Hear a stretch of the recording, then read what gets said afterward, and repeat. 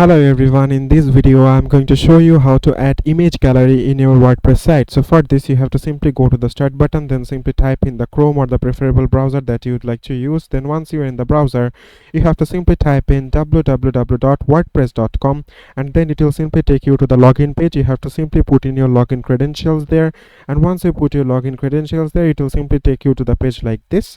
And from here what you need to do is simply click on the edit site option here in the quick link section, and after that it will simply take you to the page that you are currently editing. And after that what you need to do is simply click on the plus icon in the top navigation bar, and here you have to simply search for the gallery option, and we are simply typing for the gallery. And here you can see you have already got the gallery option. You have to just simply press it to the side that you would like to press. So let's say I'd like to press it here, and here you can see you have already got the gallery option. Now you can just simply upload it, or can just select images from your media library, or you can also generate with AI as well.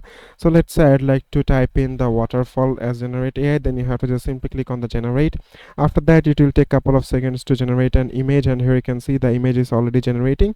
And after that you can just simply press it to the gallery as well. So it is as simple as that, guys. Thank you very much for watching this video.